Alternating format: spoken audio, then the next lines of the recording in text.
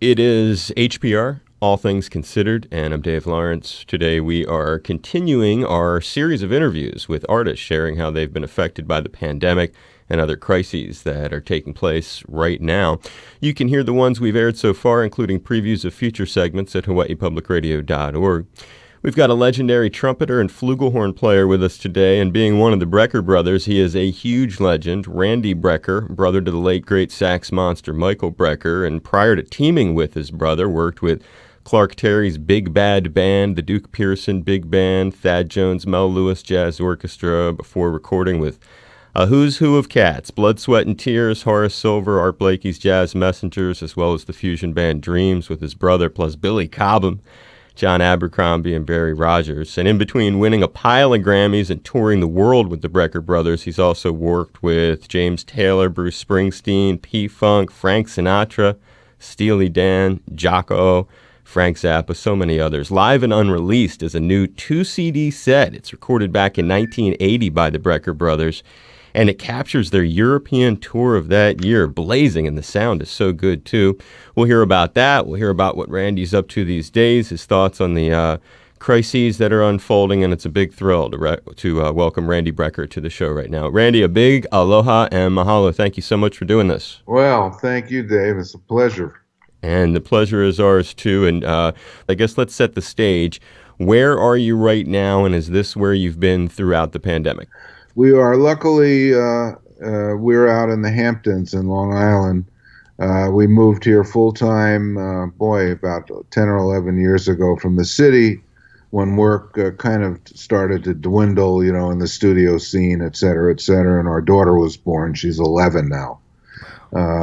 So we've been out here that whole time period, and we've been just in the house and in the neighborhood, walking around and walking up and down the street, so we've been pretty safe, I must say.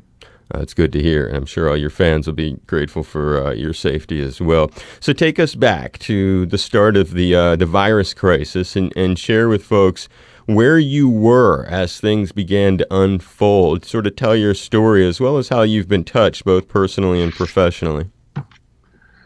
Well, I'm going to look in my date book, which I just happen to have here, Nice. Because I had a lot of gigs on the docket, but the last gig was actually, I had 3 gigs the end of February, 25th, 26th, and 27th. The last one was out here in a local place where we play quite often, February 27th, and shortly, I guess it was really a couple weeks after that when everything hit the fan and everything was just canceled. I had a bunch of stuff I was supposed to, both my wife and I, Ada Bovati and I, was scheduled to go to Melbourne, Australia. At the end of March, I was supposed to go to the north of Brazil for a nice festival. Some nice trips. It would have been a lot of fun. So we missed that part of it, but we've been staying busy at home. She's a wonderful saxophonist, Right. as you probably know. Yes, I do. We did a record together last year that did quite well, playing all of her tunes.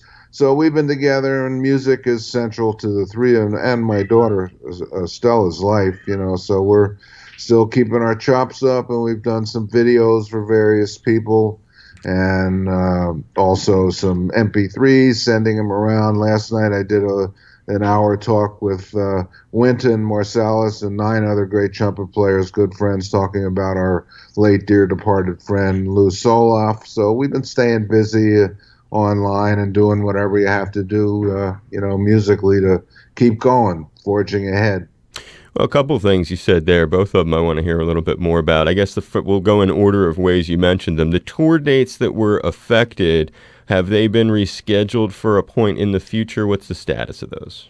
Well, some of the dates have been rescheduled vaguely, but, nobody is sure when we're all going to come out of this. For instance, in the north of Brazil was the Amazonas Jazz Festival. When it was rescheduled, sometime, I have to look at my notes when it was rescheduled, but now they're thinking it was too early. So a lot of things are being rescheduled for next summer. Got it. We had a bunch of gigs, special guesting, starting this week with Dave Sanborn, my old friend, and in Europe, and I had some of my own dates in Europe. So they're one by one kind of answering emails as far as rescheduling the stuff for next summer, and hopefully things will be in the clear by then.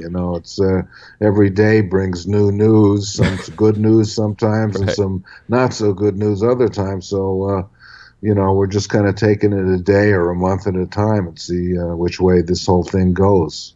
And then on the other thing that you mentioned, which is dovetailed into the very next question, actually, I was going to ask, and we have lost some noteworthy musicians along the way. You just mentioned Wynton Marsalis, his father Ellis among them, the great Manu Dibango, Adam Schlesinger from Fountains of Wayne, John Prine, Yeah. just naming some of the big ones. And considering your background, I'm going to guess, both from what you just said about Wynton, that you've got some connection to both Ellis Marsalis and then Manu Dibango. I'm just going to guess. Can you talk about how you've been touched by any or all of these or other cats who we've lost? Well, I've been touched by a lot of them. We just lost Jimmy Cobb too, and that was the gig. He was too ill to make the gig, unrelated to COVID. But the gig in February 25th, actually, was with a tribute. It was a 3-night tribute to Jimmy Cobb, and we had played in December in Denver with a band that I play with quite often, featuring myself, Javon Jackson, Eddie Gomez, George Cables, and the great Jimmy Cobb. And Jimmy played on that gig, but you could tell he was really ill with various things, and we were supposed to play at the Blue Note that February 25th, and he was too ill to make it. And sadly, we lost him, just, I don't know, it was about 2 weeks ago. So that hit me pretty hard because we played together Sure. all the time. Ellis, I only played with him once, but it was a thrill. Just years ago when Wynton and his various and Branford were just kind of getting famous, and it was a thrill. I remember mentioning to him, I didn't know them that well back then. This was, probably close to 40 years ago, Wow. 35 or 40 years ago. But it was a thrill to play with him. I remember facetiously trying to play the Haydn trumpet concerto because Wynn's such a great classical trumpet player too in one of my improvisations, but I screwed it all up. But he was a wonderful man. I saw him in action also teaching once at one of the educational conventions, and I saw him with middle school kids that could barely knew how to play their horns. And it was fascinating. Inside of 15 minutes, he had them playing the blues. It was a big band. He Wow. was an amazing teacher. So all these guys, Mano Dibango, I didn't know well, but we played on a couple of his records, and we did back once again 30, 40 years ago. Mike and I did some gigs opposite him. He was a sweet man, very sweet man, wonderful player too. Those are great records. He was a wonderful dude. If I can just confess, when I was in college back in 1994 at Emerson College, he did a show at the Middle East downstairs in Cambridge, and I was able to get to sit and interview him the next day at the radio station. And I agree, he was so nice, so gentle, so wonderful, such a giving, kind, easygoing cat. And so yeah, it was. I loved those Soul Makossa, Makossa Man, all Oh those yeah, it's jams on great there, stuff. New Bell, all those songs. I mean, so yeah, I was. If the timing of when he passed hadn't been so frightening to live through to begin with, it would have been even more devastating. But it was like it came, as you know, during that week when so much stuff was happening. Where was it that you got to play with Ellis that time? Well, I forget the club, but it was a club in New Orleans. Nice, well, Uh, appropriate there. yeah, and I used to go there quite often. I had a connection there, a guy who booked a lot of gigs, so I was pretty familiar with the scene down there, and still try to get. We were supposed to do with Sanborn the Jazz Fest. When was it, last month? But that sadly was obviously canceled too. So I was looking forward to that trip. Oh, Things kind of unraveled really quickly yeah, in they the did. music biz, They and really. sadly, we'll probably be the last ones to really come back in any way, shape, or form. It's funny, in that club in Denver, I'll just tell you this story quickly, which Sure. is Dazzle, where I played with Jimmy Cobb in December. They recently posted their new guidelines, state guidelines to reopen, And among the guidelines are the fact that everyone obviously has to wear a mask, including singers have to sing with a mask. And it said horn players are excluded.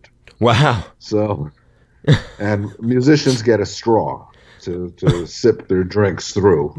So things are looking kind of iffy still, to say the least. That's the first time I've heard something like that, and certainly that's one of the reasons that we're doing this whole series is because we have a Blue Note here, as you may or may not know, in Yeah. Waikiki. It's right around the corner from my house, so we just have it. So many we used to have for years, so many bands from that on the show. So all of a sudden, yes, I'm acutely aware, not at the level you are, but I understand how serious the hit has been for that industry. And talking, you mentioned the masks. We have just a couple other questions here on the nature of the crises before we jump straight into musical things. Sure. It wasn't too long before the pandemic was joined by what seemed like a couple of other major crises, both the civil rights struggle of Black Lives Matter and then intersecting with another issue, police reform, which has seemingly become its own separate yet related issue. And then, as if that wasn't enough, you kind of mentioned a little bit, I mean, now we need to wear masks. And often there's this new description, at least we hear in the news, of a mask culture war because there are many Americans, they refuse to wear them. Others are following the advice of health experts adamantly and wearing them. As for these issues, these other issues, and all on their own page are important. Can you talk about how any of them touch you or your views on them? Well, they all touch me very seriously. You know, being out in Long Island, we were hit really hard with the pandemic. First, as you well know, New York City was hit just horribly, and then people escaping all came out here. Like I had mentioned, all the services were overwhelmed. We had a lot of serious illness, deaths here. All the morgues, not to get into too much detail, but all the morgues were filled. You know, they were doing mass burials in a island not far from where we live. So we were really viscerally really affected when you see this stuff on TV. I remember I had the sound off when we were having breakfast, and I was seeing the pictures of all this, and I was saying to myself, "Where is this?" And I turned on the sound, and indeed, it was Long Island. So we were hit pretty hard with this.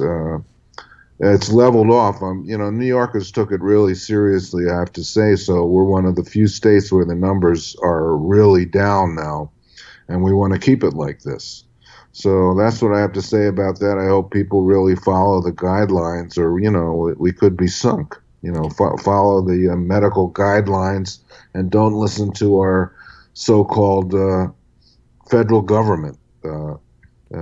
Because they just haven't, you know, from the top down, Mr. President Trump, they just haven't been on it. You know, he's too concerned about his reelection. Everything else, you know, I've lived my life learning about Black American music, so I really feel that, you know, in a way, I'm entitled to say that we're anti-racist. In fact, I was talking about this, and she brought it up just a couple hours ago with my 11-year-old, who is really up on everything and knows the terminology, the difference between anti-racist and just all the terminology. The I was kind of very aware of all the racism in police departments. You know, I've seen a lot of that firsthand just traveling where I'm maybe one of the only white cats in the car. We get stopped or we passing a lot of police, and I see how people would tense up. It's just terrible. But I do want to mention, you know, as long as we're talking about this, I wanted to do a post about this. Uh, Many people know my brother, the great late Michael Brecker, but a lot of people don't know that both his kids are wonderful kids. One is a social worker, his daughter, and lo and behold, his son is a cop. Wow. People don't realize that, and he's a good cop. He joined the police force out where they live in north of New York, you know, for all the right reasons. So, and I think he's very understanding of the fact that things have to be really recycled and redone as far as training police, the inherent racism, and I guess all of us that we were all exposed to as a kid with racist American history, the way we were taught. I was aware of this early on because I was very close to the black community in Philadelphia, where I grew up playing with African American players that were so nice to me. I was so privileged to be a part of that scene, which uh, which is such a part of my upbringing. Right. Uh, but that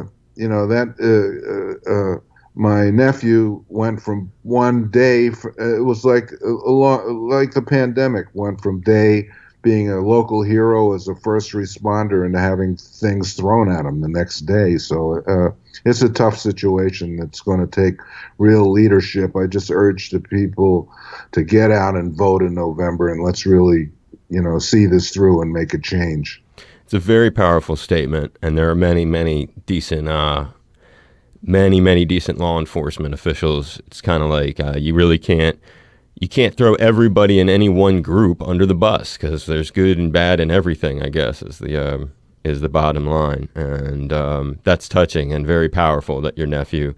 I mean, that's an unusual story. That's what I mean. These are all so cool and so special because everybody has their own unique stories. Yeah, that's just always what he wanted to do. He was a volunteer fireman, and he just always wanted to be a police officer, and that's what he's doing, and he loves it. But this is tough. There's two sides to every story, and you spoke very eloquently about it too. We just have to see this thing through. The pendulum swings widely, but it will. I think this is a first for America, where there are really going to be some changes made, and all sensible people are together on this issue. It sounds like, and you're taking care of your health, and obviously, I'm assuming if you do go out, you're wearing a mask and not going out a whole lot. Yeah, well, we just we're in the what's called Northwest Woods, so we're kind of in the woods, and we do wear a mask, of course, whenever we go downtown or go anywhere. Uh, but we're getting some exercise and just being really careful. Well, when I think about this record, so many different, and I guess throughout our history, whenever there's been terrible times, great music has kept coming. Whether it was World War II, whether it was Vietnam, certainly. Here we are during this different kind of crisis, but it's still really tough, and all kinds of records are dropping. So live and unreleased, it's Brecker Brothers material recorded back in 1980. Was this live and unreleased in any way? I mean, obviously it is in some ways affected by the pandemic. Talk about any ways this is like, are you able to still get the juice for it? What are the plans that have been affected by that? Well, we didn't have any gigs, but it was funny. We did order. It's released in Europe, where this is how the idea came up. This was a radio show broadcast in 1980 from Uncle Po, Carnegie Hall, which is a famous club and concert hall in Hamburg, Germany. And we were trying to remember the gig. I have actually no recollection about the particular gig, and there was apparently a reason for it. I spoke to our tour manager, who's still a friend of mine, and he had remembered that we barely made the gig in time. It was a one-nighter, and we had to get there. And you could kind of tell by the way we're playing and the way like we had apparently set up fast. There's one section on the record where Mike has he stepped on a pedal to stop a kind of repeating figure to stop in the pedal, because we had to set up apparently really quickly. The pedal didn't work, so you hear this repetitive figure, which was known as a loop now, but Right. this was pre-looping, and it didn't shut off. So I said, well, I'll bet we really set up at the last second for this gig, but it's some real spontaneity on this record. It was a really fun tour to do. I took a lot of films during that trip of us. It was a long tour, about a month of one-nighters. And this must have been a particularly good night, because you can tell we're fried, but our chops are up, and we're really excited to play for the live audience. And it came about, like I said, broadcast a radio show, and my good friend Joachim Becker, who's released a lot of my projects in Europe,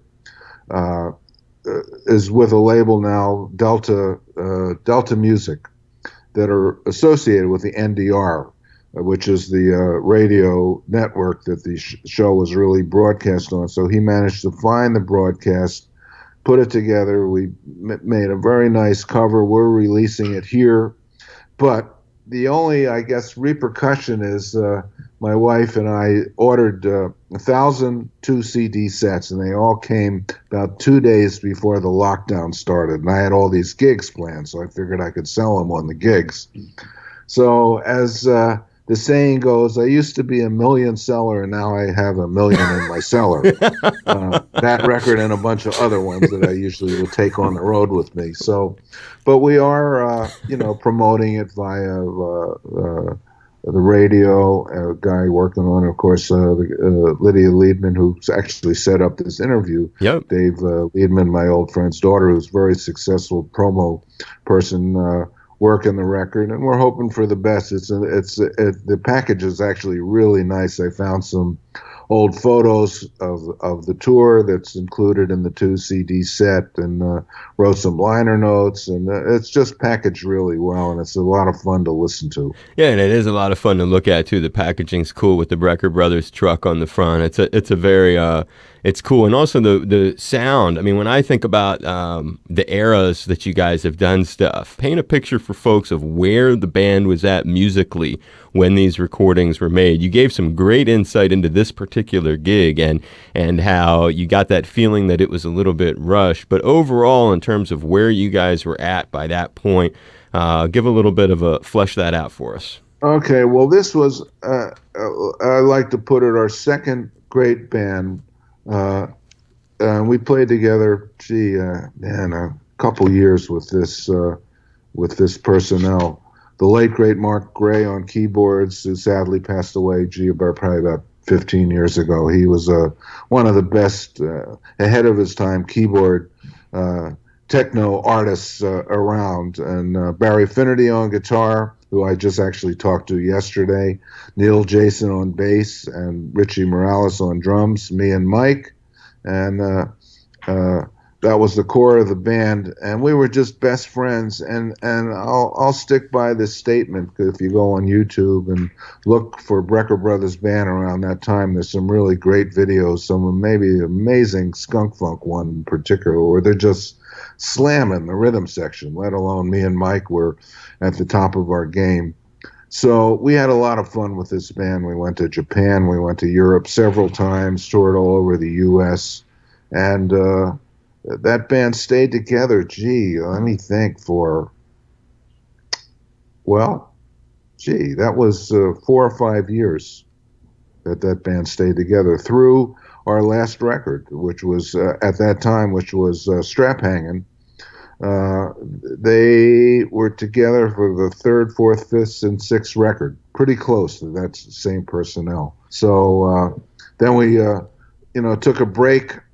After Strap Hangin' was released, we intended to take maybe 3 or 4 months off, because we have been playing together for years. Not only Brecker Brothers, but Billy Cobham, Horace Silver, must have been Dreams. We had played together constantly for probably over 10 years. And then it ended up, we got busy on our own. Mike's solo career took off. I started playing with Jocko, and then had some successful solo records. So the next time we got together was actually 10 years later. Right. Seemed to have flown by, and we did a couple really good records in the 90s together, and had big plans for the early 2000s. But then sadly Mike was taken ill, and that was that, so to speak. He was sadly really sick with MDS, which is myelodysplasia, which led to leukemia, and sadly, that was the end of our successful partnership and our really close brotherhood. And you've gotten to work with so many incredible cats over the years, but your brother, Michael Brecker, remember him a bit for us in terms of, I guess, I would want to know, starting way back when you guys were kids, I read your dad, Bob, had just a huge, huge impact. Well, he sure did. He was a wonderful piano player and singer and songwriter. his songs were great. He came up with a lot of other songwriters that did it as a living. He was a lawyer by trade. He was afraid of taking a chance on the music business. His parents were immigrants. He's second generation American, but he was a musician first. He came up with people like Bobby Troup and Moose Charlap, Bill Charlap's father, who wrote the tunes to Peter Pan, et cetera, et cetera.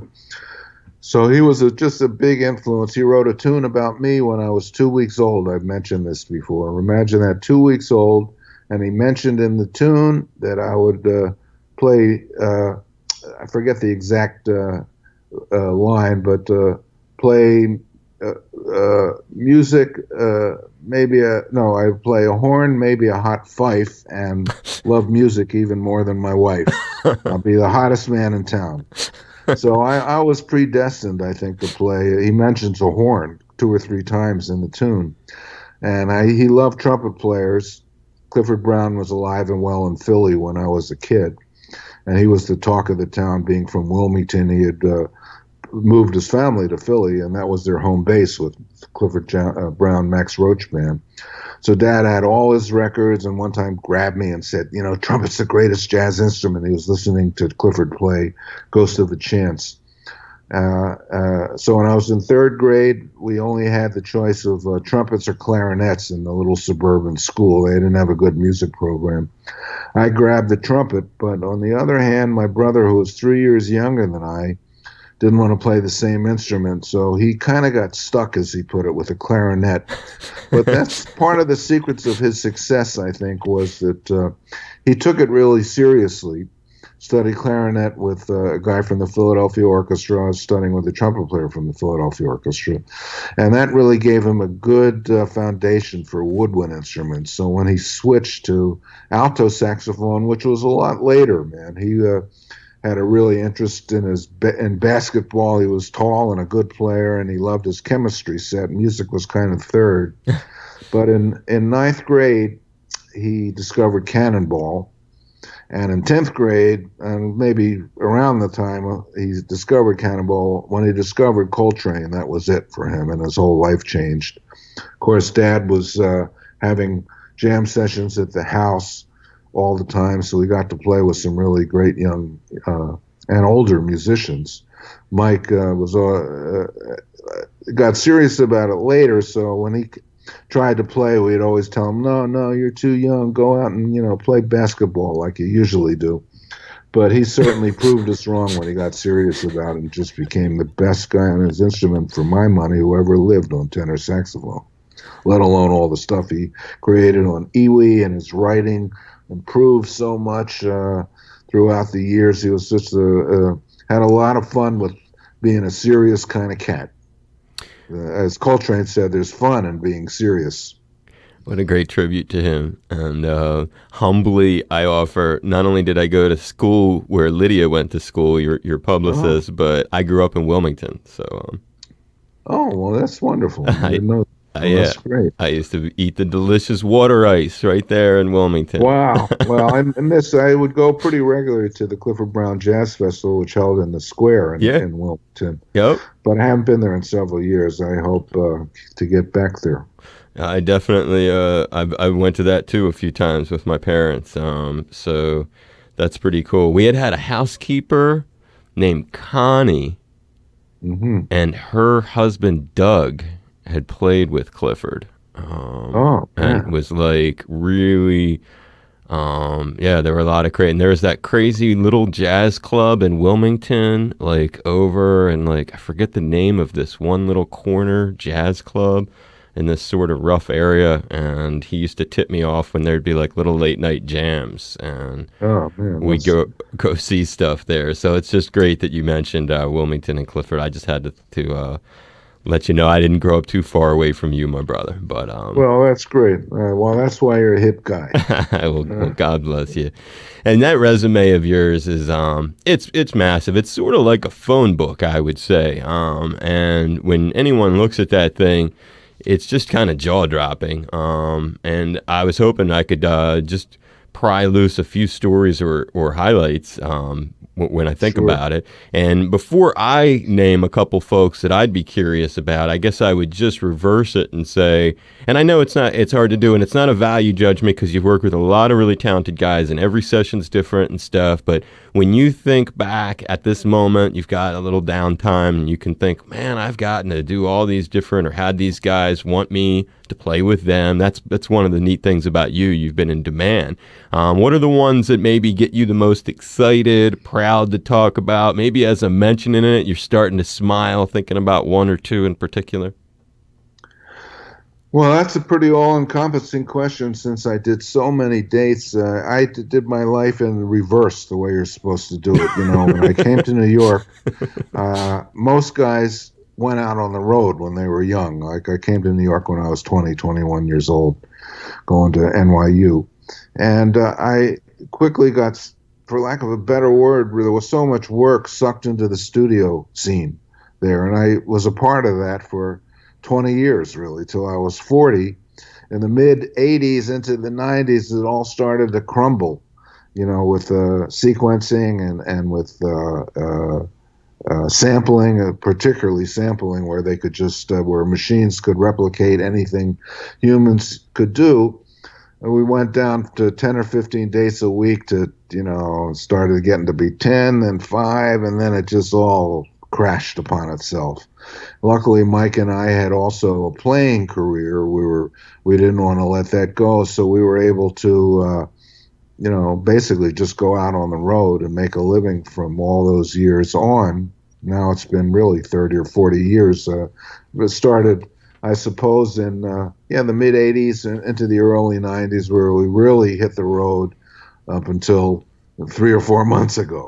So I did everything in reverse. I was in town for the first 20 years and then went on the road. Usually the guys that I looked up to, went on the road, and all the road bands, Woody Herman and Count Basie, et cetera, when they were young, and then settled in New York when they were in 40 and did studio work. Guys like Bernie Glow, Snooky Young, and all the guys I looked up to, Thad Jones, Thad and Mel, man, they were all studio guys, guys in their 40s. When I was 20, they were all looked really young to me. I'll be 75 in November. So I did things in reverse, but I had so many experiences. A lot of them, the more popular records, the ones I get asked about, I have no recollection of, because I was hired by a guy named Bob Ezrin, a wonderful producer Yeah. back then, and he was always very organized. For instance, I played on the Lou Reed Berlin record. Once again, I have absolutely no memory of the session other than we went out for lunch with Lou, my brother and I, and he seemed like a normal enough guy, but the actual sessions, because it was produced by Bob, was really well organized and just went, I guess, smoothly. It was at the record plant. All of Bob dates were like that. I did some sessions with the Stones and other people that he produced. But there was one Rolling Stones session I remember, because that was not for Ezrin. That was for Arif Mardin. The Stones were signed to Atlantic Records, and we played on several of their records. And Mick, who I didn't, I say Mick, I didn't really know him very well at all personally, but I played on the disco version of Shattered. I think that might have been through Ezrin. But this one date, I was the contractor, and I called up a lot of my friends to play at Atlantic Studios, and Mick was conducting the band, if you can believe it or not, all the first-rate studio guys. And it was amazing to us because it was like he was on stage in front of like 100,000 people. He was counting off the tunes and dancing around the studio like he was literally on stage. So one tune he started counting off the tune. He's go 1, 2, and Alan Rubin, my comedic friend, a great trumpet player from the Blues Brothers, was sitting next to me. Alan stood up and went 3 and cracked Mick up. What a And, great story. and we all got hysterical, but they were a lot of fun to work for. And there was another. Well, what's some other good ones? I always bring this one up, and this is a good story with the Born to Run, Bruce Springsteen record. Now, that one, we showed up, me, Mike Sanborn, wonderful trombone player, named Wayne Andre, and there was uh, music paper on our stands, but there were no notes on the music paper. It was blank. And we were only hired to play. We weren't hired to arrange anything, but we were in a spot, and it was a tune called 10th Avenue Freeze Out. Wow. And it was kind of a little out of our purview, so to speak, because it was, as you know, it's really a rock tune, and we Yeah. were kind of soul and R&B guys, and we had trouble. We were good at jamming things up. We did that quite a bit if it was within our comfort zone. And we started working on it. We were maybe 2 or 3 hours into doing it. We recorded some stuff, not that much happy with it, but we did our best. And all of a sudden, a guy flew into the studio saying, "Man, that's not it. That sounds terrible. That's not it." It turned out that was Miami Steve Van Zandt. And he didn't know much about the studio scene. We were kind of names in the studio scene. He was kind of not the most polite to us I must say, at first. I think then guys poked him and said, give him a break a little. But anyway, he that was really in his comfort zone, and he really gave us some really good ideas to rewrite the thing, and that's what ended up on that record. He got really embarrassed when he found out, quote, who we were, and kind of treated us a little unfairly for a second. But that's a pretty good story. And Bruce, and they were all really sweet guys. I got to know them somewhat from playing on other tunes on that record, particularly one which was called Meeting Across the River, which I played a long solo on, which we don't get to do that much in the studio. It's usually just play parts. Was So that was a good one. was Bruce around much for any of that? Yeah, they were all there. Those are the sessions you remember when the artist is there. And, I'd say a good 80% of the sessions, They're not there. the artist isn't there. You just get the arranger, the producer in the studio. And it's fun when the artist is there and you can really, get to know them a little. Paul Simon was always there, so he was really a hands-on artist. The real artists were usually there. They wanted to hear what everyone was doing. Frank Sinatra, Frank Zappa, two huge Franks on your mega Yeah. resume. Were they there when you did it? Oh yeah, they were there. That was live. The Frank date was on the record. "L.A. is My Lady," and everyone was in the studio at the same time. Huge band, all the best guys in town. There was a small audience. Quincy Jones conducting. Great charts by Bob James. All the best writers. Frank Foster, Steve Gadd on drums. And Frank just sang great. He was starting to age, but he just, once he learned everything, he could really hit it. And, but we couldn't hear him sing really live. He wasn't in the headphones, but then they'd play it over the speakers, and we all go, "Wow, man, it's Frank Sinatra." That was one of the only sessions I remember being on that everyone had their cameras out, everybody in the band, taking pictures of him. Michael Jackson showed up for a while. He was part of the thing in that red coat he used to wear. And so I think Frank was trying to appeal to a younger audience. So some of this stuff was all filmed and planned. But at one point, and we couldn't hear him, what he was singing. We were doing an arrangement of Mac the Knife. Might have been a Frank Foster arrangement. But Frank actually sings, and he altered the lyrics, and I'm sure he knew the other guys. I'm not sure he knew about us, but he goes, "We got George Benson, we got Lionel Hampton, we got the Brecker Brothers." And when he said the Brecker Brothers, because I was friends, they were all my close friends, John Faddis, Soloff, Rubin, and studio guys, they all got hysterical that he mentioned us. That's incredible. I mean, I can't. That's like a jaw-dropping story, and you sing it so well. I can just see him doing that. Well, Alan Rubin said he wanted the epitaph on his tombstone to say, "I played with Frank." Wow. Yeah, just being facetious, but that was an unforgettable those were, I think, 2 days of sessions. Most of the sessions we went to were not boring, but they weren't all like that. Everybody had cameras out. I have a lot of photos of that session, and actually, there's a uncut movie I think I got through someone that has a lot of the guys sadly have passed away by now, but it's something I refer to. Time code in it. It's about an hour long, Oh but man. they actually came over. I'll tell this story too. And it never got released, but they made a video. They were wanted to make a video of the whole thing. Frank didn't like it, so he didn't let it be released. But they came over to my apartment, and Mike came over. They wanted to interview us and film us and asked us a bunch of questions. And I remember they kind of wrecked my apartment. I said, well, you can come over, but just be easy. And they had a whole film crew. And one of the first questions they asked was, how did we get the gig? And my brother, who had this comedic streak, even though like I said, he was a serious cat, the truth is we got called by Radio Registry, which was the musician answering service, and that's how we got all of our gigs. The contractors would call in the names. We get a phone call. It says registry. It's a 10 to 1 and a 2 to 5 for so and so, whoever the contractor was. Maybe they would have told us it was Frank. I think they would have probably. But quite often you didn't even know who the artist was and accept it and say okay or NG, no good. That's how we got the gig.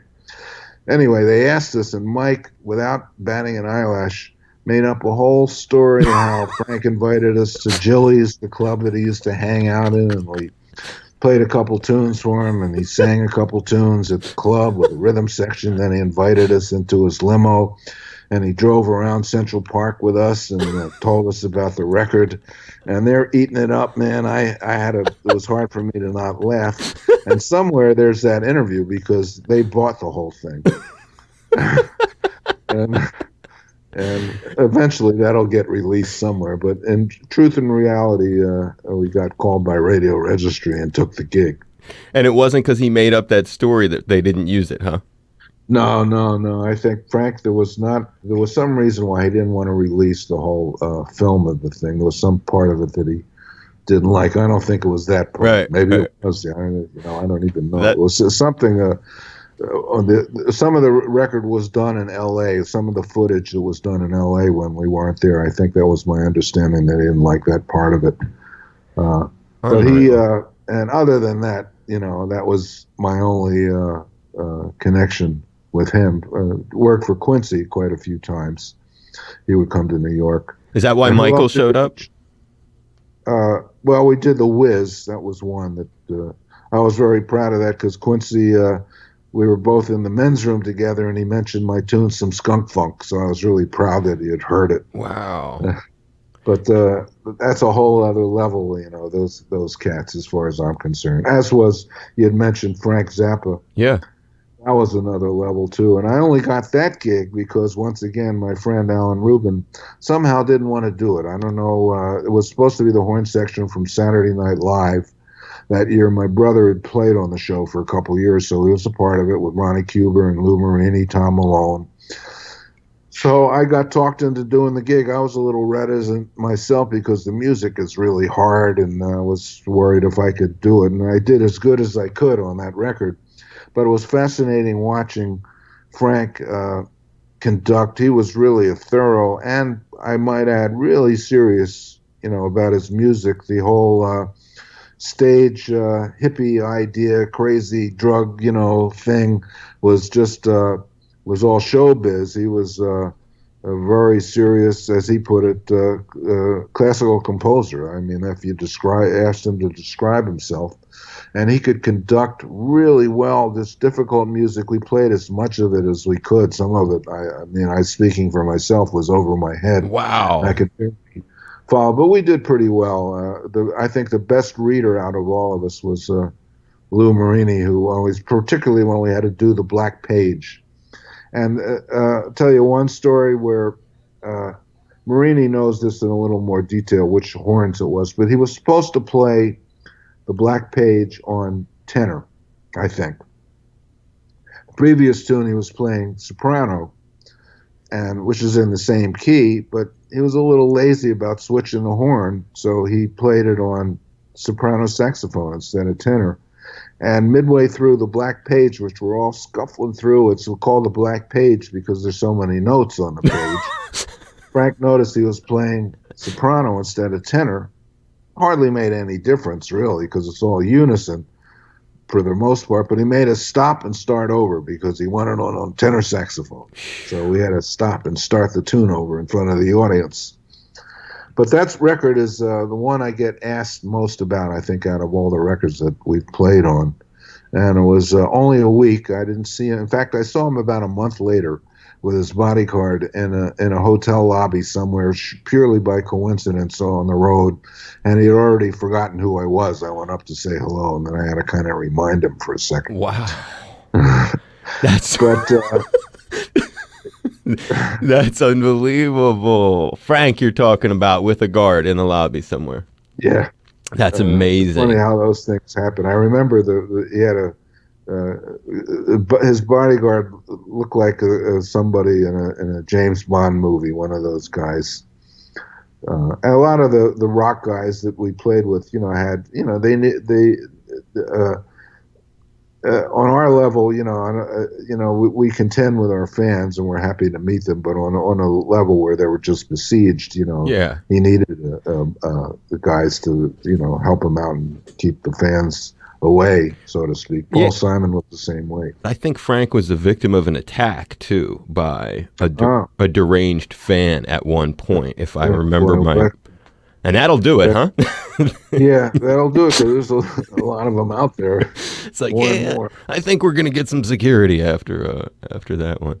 Well, those are just incredible stories. You're a great storyteller too, and you're so welcome. It's amazing to listen to. I was just curious because you are at your home. If you happen to have an instrument somewhere handy, maybe you could play a little something just as I don't know what this will sound like. I haven't really warmed up, but let's see. I know people would love to hear it, and I'd appreciate it too, Randy. Okay, well, I'm just going to play anything that comes to mind. Some funky stuff, maybe some other stuff. Thank you. Okay, I guess that's enough of a warm-up.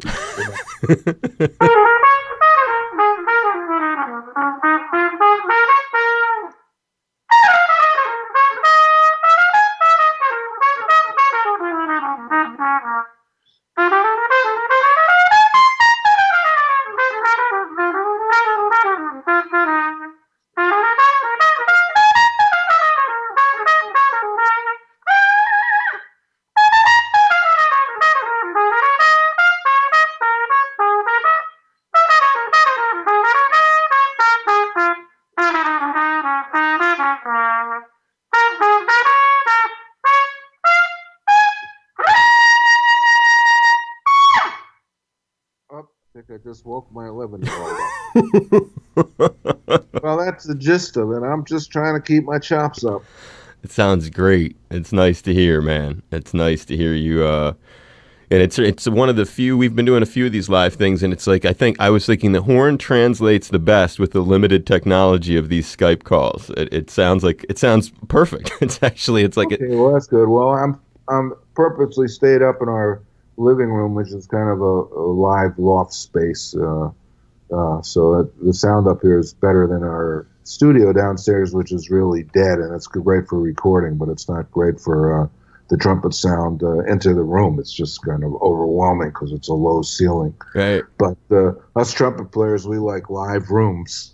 I took lessons from a guy, Mel Broyles from the Metropolitan Opera, and we took the lessons in the stairwell. Wow. Really at the Met, and that's what Doc Severinsen said. We spend our lives looking for good stairwells to practice in. That's a very good point. Very good point. Well, before we wrap it up, final question, I guess. What's your gut instinct tell you? We talked about those gigs. They're sort of they're put off in the future in kind of a tentative mode. And I guess when I think about those next dates and when they'll happen and how they'll happen. I've been thinking, how can venues, because we just had Joe Satriani on, and he was talking a Hmm. lot about the logistics beyond just, I mean, there's so many things that need to be considered, I guess. And part of it, I ask you, because you've got so much experience doing this, and maybe you can think it through a little bit.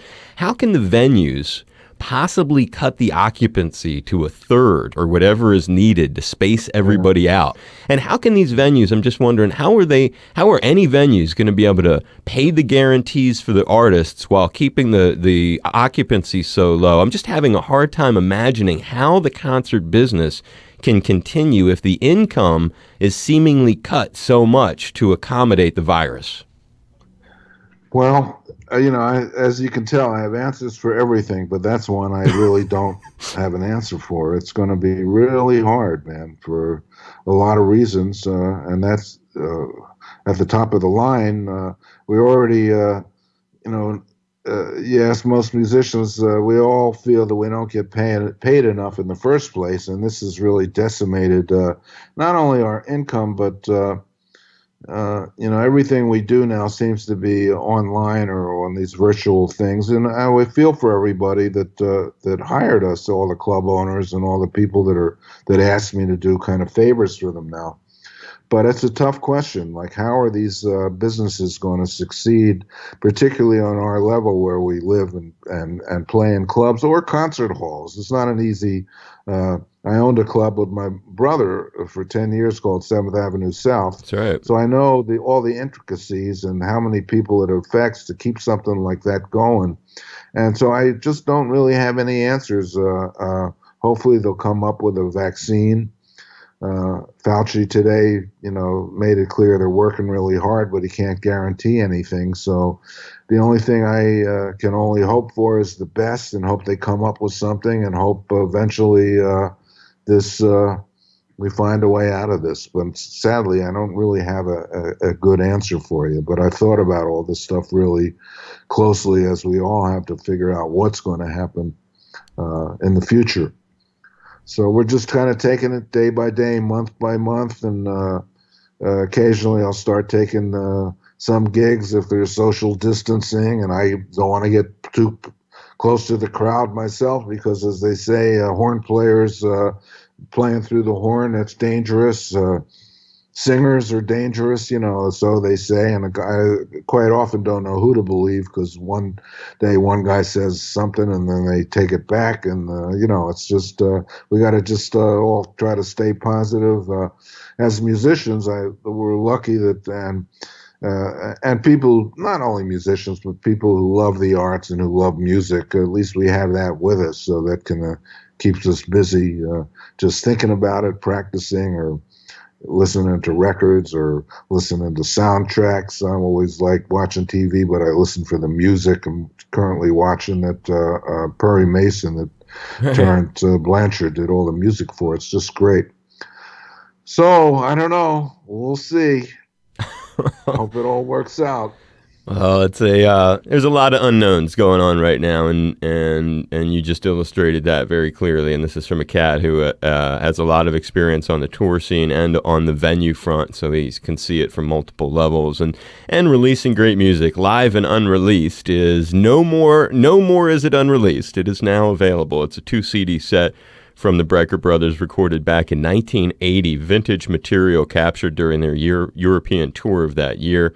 And one of the things that Randy has to offer right now, as he's contemplating what to do next, and being so generous, taking time to be part of the show with us today here on All Things Considered, latest in our series of artists. We'll post his complete interview at hawaiipublicradio.org, where you can find the others with cats that we're talking to. And I really most sincerely hope that things happen on a positive, healthy, and safe way for you and your future and your career, but also hope that you feel appreciated and feel my gratitude for all the time and the great storytelling and the camaraderie today. I really appreciate it and hope you had fun.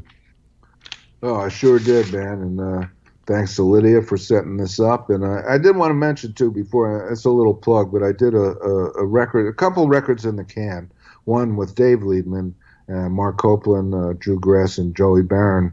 Really straight ahead to outside acoustic jazz, so to speak, that'll be out sometime in the fall, and also a record with, and it's the other side of the coin, more fusion funk beat stuff with Eric Marienthal, produced by George Woody, who was a member of the Brecker Brothers for a long time, and Dave Weckl and John Patitucci, that's more on the funky side. So I have those releases to look forward to too, and hopefully some gigs behind some of that stuff too. So I worry about the younger guys though. I mean, I've had a good career and I'm happy. I kind of like staying home, to tell you the truth. Right. I haven't been home in so long, but we just got to hope for the best for all of us. We're all in the same boat. I'm rooting for it, and hopefully maybe we can have you back on to talk about and give a plug for those albums when they come out. Sure, sure, anytime, man. This was a lot of fun. Yeah, really good questions. Aloha, it's Randy Brecker. You may know me from the Brecker Brothers and a lot of other projects. Right now, you're hearing me with my friend Dave Lawrence.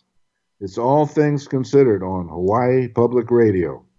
And we need your help. Please make a pledge. We need your help, any amount you can afford.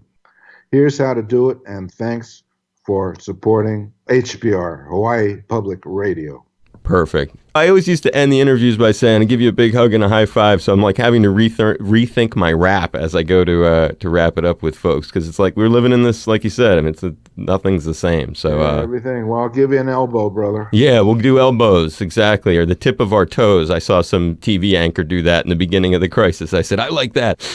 All right, brother, and stay safe. Really, I mean it, and God bless you, man. I really do appreciate your time. Okay, thanks, Dave. It was a lot of fun, and we'll see you again. Yeah, we'll stay in touch for sure, dude. Be safe. Okay, thanks for that. You're welcome. Bye-bye. Aloha. Bye-bye, everybody.